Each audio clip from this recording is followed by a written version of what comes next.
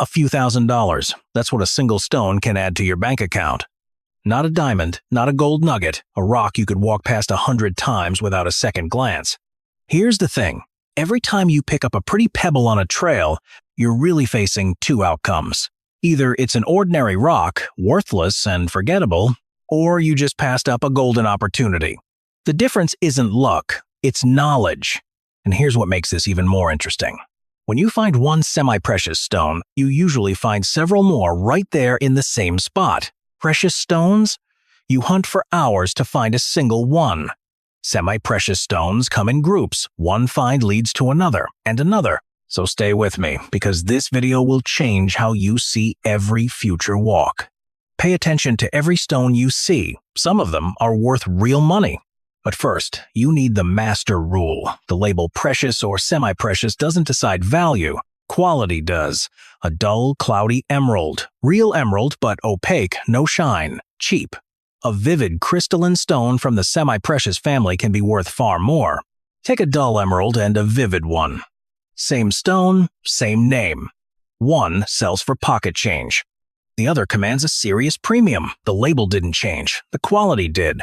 That's the real rule behind every stone you'll ever pick up. Precious and semi-precious are just categories. They tell you almost nothing about what something's worth. What actually drives the price is how rich the color is and how clean the crystal is. The more saturated the hue, the more light the stone lets through, the more it's worth. A muddy, opaque emerald is still a real emerald, but it won't fetch what its brilliant cousin will. And the same logic applies to the stones you can actually find on a hike. Semi-precious stones have one huge advantage. They show up in quantity. Find one, and you usually find several more in the same spot. That's the difference between a one-off lucky strike and a reliable payout. So here's the filter you'll use for every stone in this video. A beautiful, vivid color is the single trait that matters most.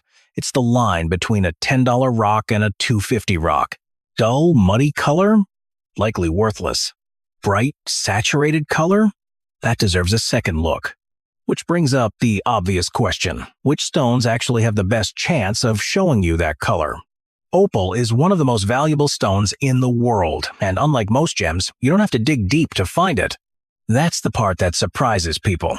Opal is light, smooth, and feels almost like a piece of plastic in your hand.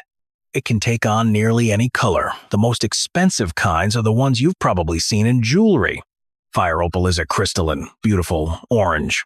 Like frozen sunset, noble opal has that shifting play of colors that seems to move as you turn it. And black opal is dark, dramatic, and highly prized in the gem market. But here's the thing. You can literally stumble on an opal quarry out in the open without ever putting a shovel in the ground. It's found all over the world in all sorts of shades. And even the semi-precious versions carry real market value. A raw opal can sell for anywhere from $20 to $5,000 per kilo. The range depends entirely on the color and how clear the stone is. That's the difference between a rock you kick aside and one worth collecting. But opal isn't the only stone hiding in plain sight. The name jasper usually brings to mind a red or brown stone, but that's just the starting point.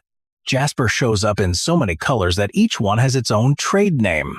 There are so many types. Honestly, you could spend an hour just listing them. Here's the rule that matters. The more colorful and vivid the stone, the more valuable it becomes. The same goes for the designs inside it. A plain, muddy jasper is worth almost nothing. One with rich color and dramatic patterns? That's the one collectors want. And here's the exciting part. There are vast unexplored areas right here in the United States. The jasper you pick up could be a type nobody has cataloged yet. Maybe it's not in any gemology book. A genuine new discovery is a real possibility, so keep the color rule in mind. Raw jasper can range anywhere from $10 to $250 per kilo. The difference comes down to pattern and color intensity. That widespread is your opportunity. A rock you can pick up in a river can be worth over $1,000 once it's polished. That's not a typo. That's agate. Agate is the most mentioned stone on this channel, and for good reason. It's everywhere. You'll find it in rivers, along creek beds, scattered across gravel bars, and the easiest way to spot it is the stripes. Those bands, the way they curve and stack into patterns, that's the signature. No other common stone looks quite like it. Now, here's the trap. Because agates are so common, most people walk right past them. They think it's just another rock. And that's exactly where they're wrong. Yes, they're common. But some types and variations are highly sought after by collectors. They're used in jewelry, in crafts, in collections that people pay serious money to build. The market is flooded with cheap agates. You can find them for almost nothing. But some agates are so special that a single polished specimen can easily exceed $1,000. That's real gemstone territory. That's the price of a stone people call precious. So the rule for agate is simple. Choose the ones with the most beautiful color. Choose the ones with the most striking designs. The pattern is the value. A plain, dull agate is worth pocket change. An agate with vivid bands and a clean, bright color. That's the one you hold on to. And that's the thing about this whole hunt. The stones that look ordinary are often the ones hiding the real value. If you're spending time in nature, keep an eye out. Subscribe so you don't miss the next stone. The one most people overlook entirely, even though it's sitting right under their feet. It's easy to walk right past chalcedony. Most of the time it shows up in plain brown or gray, so nobody gives it a second look. But here's what few people realize. Chalcedony can come in almost any color, and some of those colors are seriously valuable. Blue, green, and purple chalcedony are the ones that command real money. Those rare shades are harder to stumble on in the wild, but if you're exploring ground that hasn't been picked over, there's still a real chance you'll find one. The key is the color. You want something beautiful and crystal clear, the kind of stone that draws your eye the moment you cut it open. That's what separates a $20 rock from a $1,000 one. And here's the part that ties everything together. Chalcedony isn't just another stone on the list. It's the broader family that agate and jasper both belong to. So the same rule that worked for those two applies here too. Vivid color and clarity are what make it worth something. That leaves one question hanging. What's the one stone in this whole family you're almost guaranteed to trip over? Quartz is everywhere. You'll find it in rivers and gravel and places you wouldn't think to look. The family is so broad. So many different types exist around the world that no single video could name them all. But here's the rule that matters. The stone has to be translucent. It needs few or no fractures. That's the filter, regardless of color. Now, inclusions. Most people see a cloudy bit inside a stone and think it's damaged. Not true. Those inclusions make each piece one of a kind. No two stones carry the same pattern inside them. That's exactly why jewelers seek them out, because every one is exclusive. Some inclusions are so distinctive they've earned their own specific names. And that's the thread that ties everything together. Opal, jasper, agate, chalcedony, and now quartz. They all answer to the same rule. The color matters. The designs and inclusions inside matter. That's what determines value, not whatever label sits on them. If you can, find an experienced geologist or prospector in your area before you start.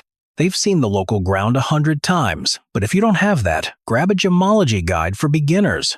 It'll teach you how to identify what you find with simple tests at home. No expensive equipment needed. And keep this in mind, we're talking about semi-precious stones here, not the big-ticket stuff. No single stone is going to make you rich overnight. But here's the thing about semi-precious stones. They don't hide one at a time. When you find one, you usually find a whole pocket of them. So even if each piece is cheaper, the quantity stacks up. And honestly, that can fill your pockets faster than hunting for one perfect gem. This doesn't take any special technology either. It's just you, a walk and a good eye. That's the real goal anyway. Have fun, relax, enjoy the trail. And if you're really lucky, you might stumble on a rare diamond worth millions. But the real win is the steady finds along the way.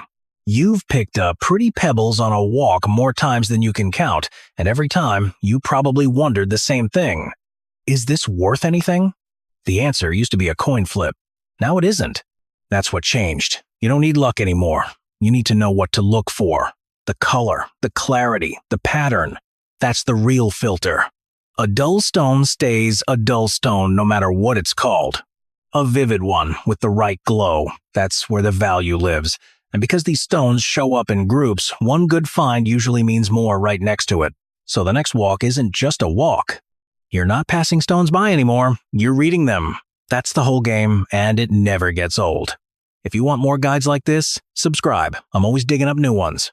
And tell me in the comments, where in the country are you hunting? People find rare stones in their own backyard every month. Maybe yours is next.